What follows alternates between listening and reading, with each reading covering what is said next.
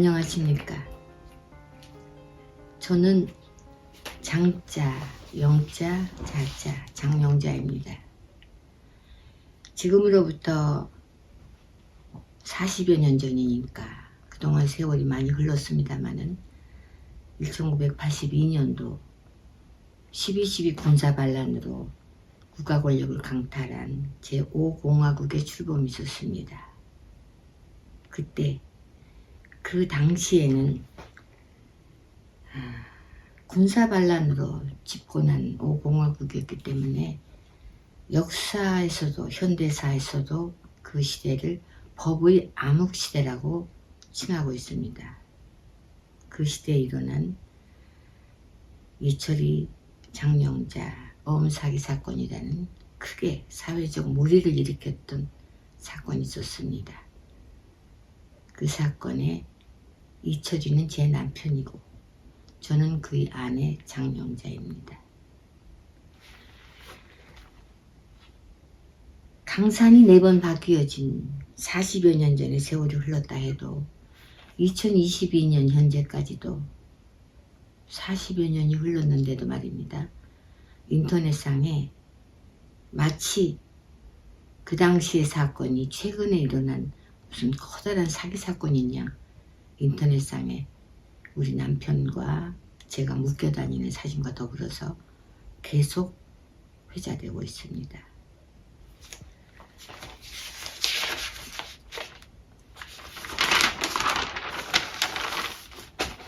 단군 이래에 그 인터넷상에서 회자되고 있는 내용은 단군 이래의 최대의 어음 사기 사건이라던가 50 권력의 정점인 전두환 이순자 부부를 등에 업은 권력형 비리 사건이라던가 이것이 주 타이틀로 저희 부부가 그 사건의 주범으로 그렇게 인터넷상에서 지금도 떠돌고 있습니다.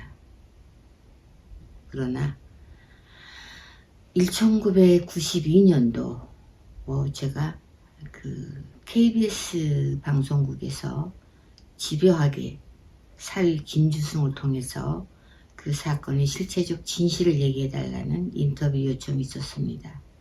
지금도 그때 그 동영상이 인터넷상에서는 떠돌고 있습니다만은 그때 그 남편과 사위가 지켜보는 가운데서 워커힐에서 KBS 기자 상대로 이 사건은 허구다.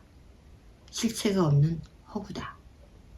라고 밝힌 적이 있습니다만은 그럼에도 불구하고 계속 실체적 진실인 양 지금도 떠돌고 있습니다. 진실의 힘은 강하다라던가 이 하늘 아래 비밀은 없다 라고 공언하는 얘기들을 최근에도 들은 적이 있습니다만은 제가 80평생 살아오면서 진실의 힘은 강할 수는 있지만 그 주체자가 진실을 밝히려는 의지와 노력이 없을 때는 진실의 힘은 강하지 않습니다. 또한 은폐된 진실이 인류 역사상 더 많습니다. 역설적으로 진실이 은폐되어 있기 때문에 세상은 돌아갈 수도 있다고 저는 제 경험은 그렇게 알려주고 있습니다. 누명을 뒤집어 썼다거나 국가 권력과 개인 간의 게임에서 국가 권력은 단연 개인을 압도할 수 있겠죠. 이름 속자만 빼고 전부가 권력이 의도하는 대로 삶이 망가졌거나 인생이 망가진 사람들이 있다면 그 사람들은 그냥 좌절해서 그냥 죽는다거나 하면 그 진실은 영원히 밝혀질 수 없습니다. 제 경우도 그렇습니다. 제 남편도 먼저 떠났고 제가 마지막 남았는데 제가 80 노구를 들어서 제가 80 노구에 단기 필마로 저를 일으켜 여러분 앞에 유튜브 앞에 선다는 건 여러분 앞에 선다는 건데 서게 된 이유는 바로 제가 죽기 전에 82년 사건의 실체적 진실 그리고 팩트를 밝히고자 하는 바로 그 이유에서입니다. 말하면 며느리라고 해야 되겠죠. 있습니다. 차주옥이라고요. 그런데 어느 날 5월 초순인가요? 어느 날 저한테 와서 어머니 SBS 방송국에서 말이죠.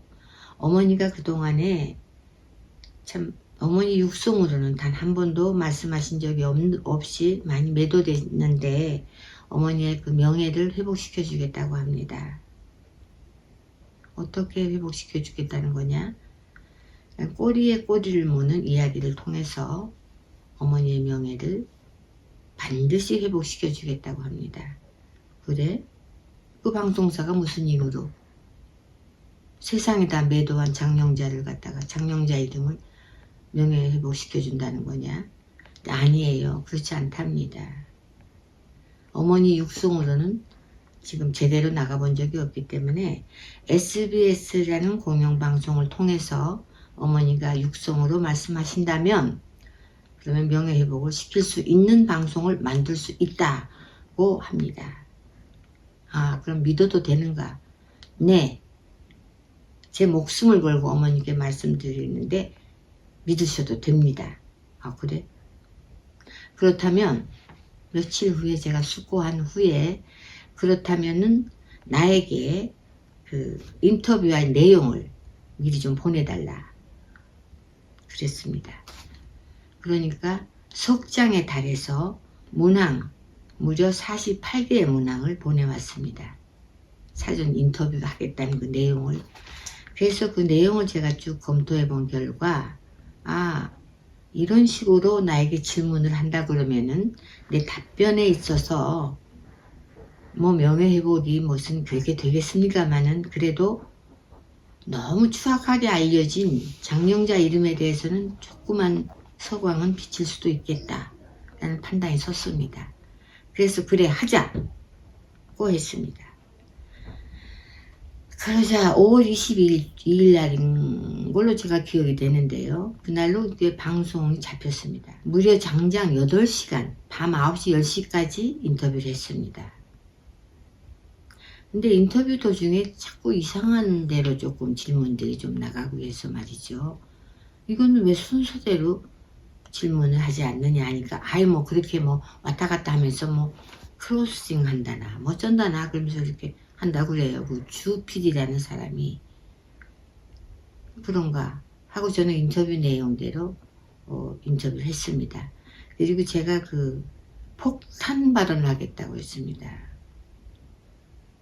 그거는 82년도에 구속된 사유 40만 불에 대한 폭로였습니다. 과연 그게 누구의 돈이었는가에 대해서. 근데 그 폭탄이라는 게 나중에 SBS가 방송하기 전까지도 그 전날까지도 그 작가라던가 PD라던가 이런 사람들이 며느리를 통해서 계속 지가 확인했습니다. 다른 사항은 없는가? 다른 방향으로 방송하려는 건 아닌가? 절대 아니다. 국구 명예회복 쪽으로 무게를 뒀습니다. 그래서 그 전날까지도 하다못해 그 당일까지도 제가 며느리를 다그쳤습니다. 그럼 오늘 틀림없느냐? 보시면 아십니다. 틀림없습니다. 그래서 방송을 본 순간 경악을 했습니다. 폭탄이라는 것도 엉뚱한데 폭탄을 갖다 붙여놓고 8시간 인터뷰를 했는데 단 5분 동안 그것도 그 이상한 방송 그 내용에 껴맞춰가지고 허구 방송을 해놓고 껴맞춰가지고 폭탄을 갖다 붙여놓지 않나. 어떻게 8시간 인터뷰를 했는데 5분 동안 나옵니까? 방송이. 그거는 사기 방송이었습니다. 더 악랄하고 더 악질적인 범죄라고 생각을 합니다. 왜? 약자를 등쳐먹어서 방송을 통해서 돈을 벌자는 거는 상업주의에서도 아주 천박한 저질적인 방법이라는 겁니다. 그래서 저희는 소송을 제기하려고 했죠. 그런데 많은 법률적인 소송을 경험해 본 분들이라 그러면은 아시겠습니다마는 소송이라는 방법이 멀고도 긴 길입니다. 험하고 가야 할 길이 멀었습니다. 그래서 멈추고 있었습니다. 그리고 또 한 가지 희망적인 거는 그 당시에 SBS의 그 꼬리에 꼬리를 무는 그날의 이야기에 8시간을 제가 인터뷰를 한 그 내용이 있습니다. 그래서 그 녹음 파일을 달라고 하는데도 안 줍니다. 그거는 자기네들 소유 권한으로 줄 수가 없다. 근데 그걸 소송을 통해서 언젠가는 찾아서 그걸 국민들 앞에 어느 유튜브를 통해서든지 언젠가는 틀어드릴 겁니다. 명백한 거짓말이었나 허위방송이었나 하는 것은 그 방송 전체가 다 허위방송입니다만은 그 가운데서도 내가 오늘 밝히고자 하는 순서는 SBS가 아니기 때문에 그 가운데서도 가장 명백한 허위는 제일 처음 방송이 시작되면서 제가 그 81년도에 그 복면을 이렇게 여자 스타킹을 머리에 쓴 3인조 강도가 제 청담동 집 담을 뛰어넘어서 들어온 건 사실입니다. 그리고 그때 제가 제 폐물 몇 종류하고 좀 현금 있는 거 좀 도둑 맞은 건 사실입니다. 그런데 그 가운데서 물방울 다이아몬드를 도둑 맞았는데 그 강도들에게 경찰들이 그걸 찾아와서 그걸 찾았다 해서 제가 무슨 위로금을 턱 줬다 이런 식으로 참 이상한 방송을 했는데 찾은 적 없습니다. 물방울 다이아몬드 저거 어디서 찾습니까? 그게 아니고요. 사파이어 반지 그 조그만 거 하나 그거 경찰이 그때 그 도둑들이 다 팔아먹고 그거 하나 남았다 그래가지고 그거 하나 찾아다 준 게 있습니다. 그리고 제 청담동 집에 81년도 제 남편과 합해서 살 때는요. 남편이 있는 사람입니다. 제가. 그리고 집안에는 식솔들도 많이 있습니다.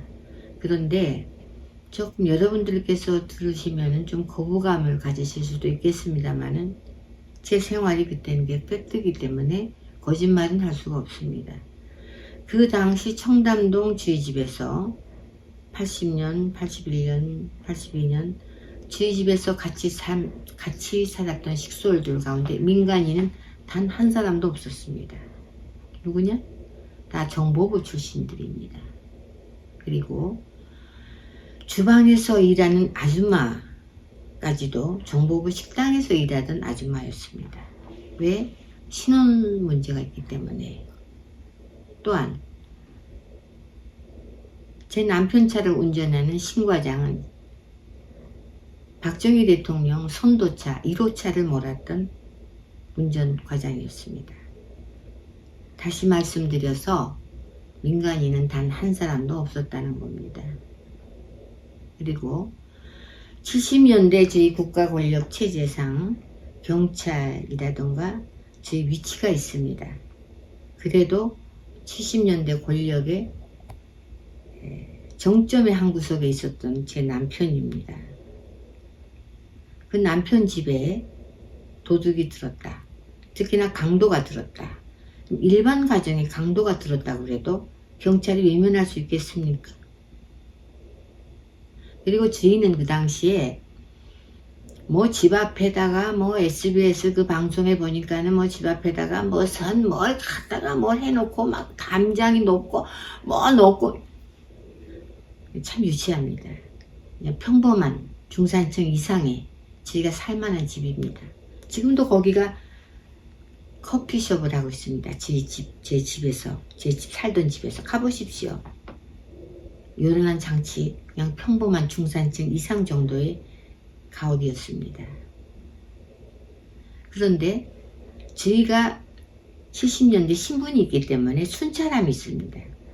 말하자면 좋게 말하면 보호를 받고 있는 거고 부정적으로 말하자면 요 시찰이죠. 감시받고 있다는 얘기입니다. 그렇기 때문에 감시받는 순찰함이 있는 집안에서 도둑이 들었단 말입니다. 그것도 강도가 들었단 말입니다. 근데 경찰이 어떻게 외면을 합니까? 그런데 제가 거기 나섭니까? 저희 집 식솔들이 열 몇 명이 줄비하게 있는데 또 남편이 있는 여자가 우리 집 남편은 무슨 바보입니까? 제가 왜 나서요 거기에? 저는 그런데 나선 바도 전혀 없습니다. 얼굴도 안 비춰봤고요. 저는 강도가 들은 그 다음 날도 회사가 바빠서 회사에 출근해서 일했습니다. 신고를 누가 했는지 뭘 했는지. 그런데 나중에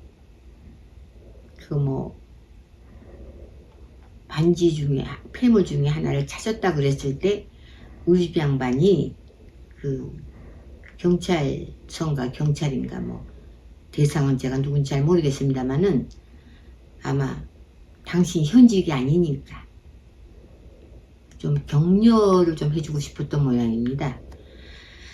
그래서 그때 돈으로 그때 경찰들이 한 대여섯 명 애썼다 그러는데 한 10만원 정도 수준으로 해서 이 양반으로서는 큰 돈이었지만은 100만원 정도 격려금을 주시는데 당신이 좀 어색하니까 아마 제 이름을 파는 모양 같습니다.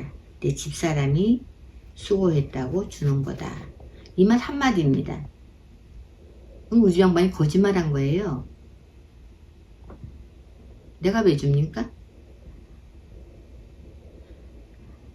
여러분들께서는 아직 기억하지 않고 계실 수도 있지만은 상기시켜 드린다면은 지집 양반은 육군 소장 출신입니다. 그것도 정보부 출신입니다. 그때 그 권력의 위상은 있었습니다. 그런 사람이 당장 야인이 됐다고 해서 돈을 주고 경찰들에게 경력을 준다는 건 그분들의 정서상 맞지 않습니다. 그런데 어색하니까 만만한 자기 집사람이 줬다라는 걸로 저를 팔은 겁니다. 근데 어떻게 내가 막 그 경찰들을 불러가지고 대한민국 남성들이 그렇게 만만한 사회였습니까? 남성 주도 사회인데 그건 아닙니다. 그것도 명백한 거짓말로 쓴 무슨 이상한 드라마 같이 만들어 온 거고요. 그리고 분명하게 말씀드리지만 어딘가에 그 물방울들 다이아몬드 도둑질에 간 도둑놈들이 있습니다. 회수되지 못했습니다. 명백한 거짓말을 한 겁니다. 그 이외에 어떠한 명백한 거짓말들이냐 하는 것은 차차 발표하겠습니다. 오늘은 제가 주제하는 바는 일단은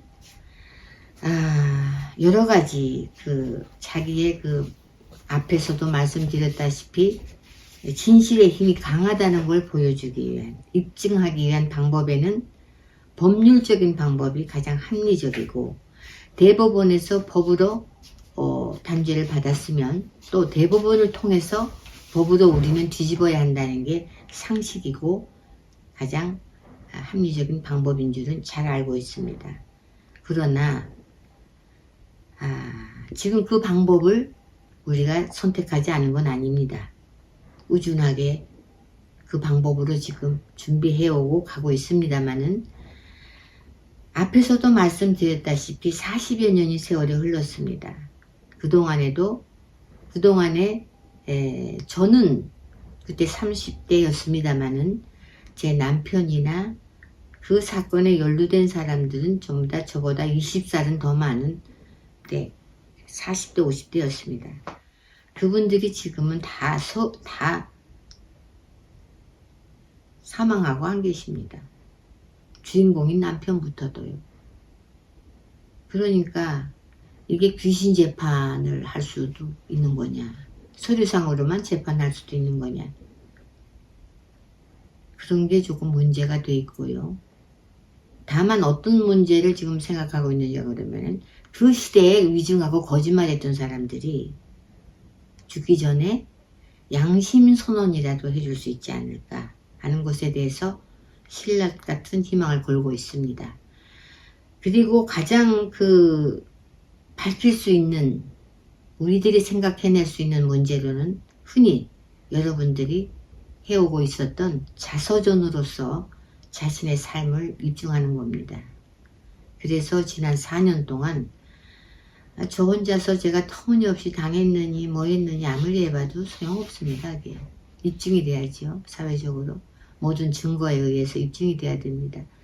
그렇다면은 제가 글을 써내놨을 때 그걸 제가 입증 못한다면 그건 제가 아닌 거죠. 그러나 입증할 수 있다면은 그것도 법적인 문제 방법도 있지만은 그것도 한 방법이라고 생각을 했기 때문에 옥중에서 4년간 치열하게 제 삶을 기록으로 썼습니다.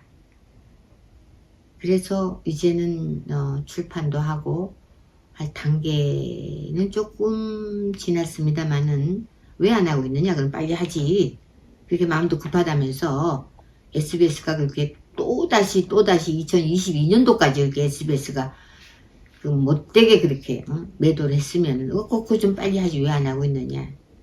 저도 빨리 하고 싶습니다. 하루속히 하고 싶습니다만은 뭐가 문제냐. 요즘 분들이 책을 잘 안 보신다 그러네요.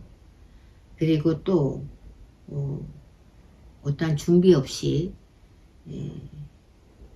정말 은폐된 역사적인 진실이 폭로됐을 때 그 사회가 받을 충격 또는 그 소비해야 할 그 계층들이 지금은 40년이 지나니까 지금 한 70대나 80대 정도 제가 그때 30대였으니까요. 제가 이렇게 늙었는데 제 정도의 분이라면 조금 기억을 하실까? 그 당시에 태어나지도 않은 세대들이 지금 사회의 중심을 이루고 있습니다.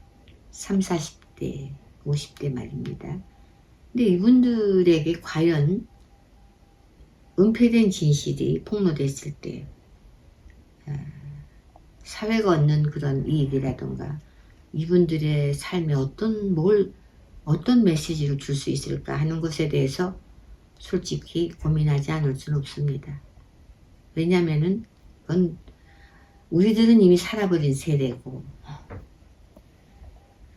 30, 40대, 50대 이분들은 앞으로 대한민국의 운명을 걸고 앞으로 살아가야 할 세대들이기 때문에 가능하면 역사는 진실해야 하지만 불편한 진실도 있고 국민들에게 해가 되고 누가 되는 진실도 있습니다. 분명히 있습니다. 거기에 대해서 지금도 고민하고 있습니다. 그래서 그리고 또 한 가지는 책은 그냥 기본 텍스트로 하고 드라마나 왜냐 그러면은 큰손 장용자 뭐 그래가지고 계속 그 이상한 드라마로 저를 많이 매도했고 지금도 보면은 틀고 있으면은 TV에서 어디든지 쑥쑥 나오는 게 이상한 장용자가 나와가지고 설치고 있는 드라마가 있습니다. 그런 걸 보면서 나도 드라마로서 밝히는 게 어떻겠나. 그래서 솔직히 지금 드라마나 영화는 지금 진행을 해보려고 하고 있습니다. 그런 문제들이 조금 복합적으로 갈등하고 방법 문제, 시기 문제 이런 것들로 조금 주춤하고 있습니다. 그럼에도 불구하고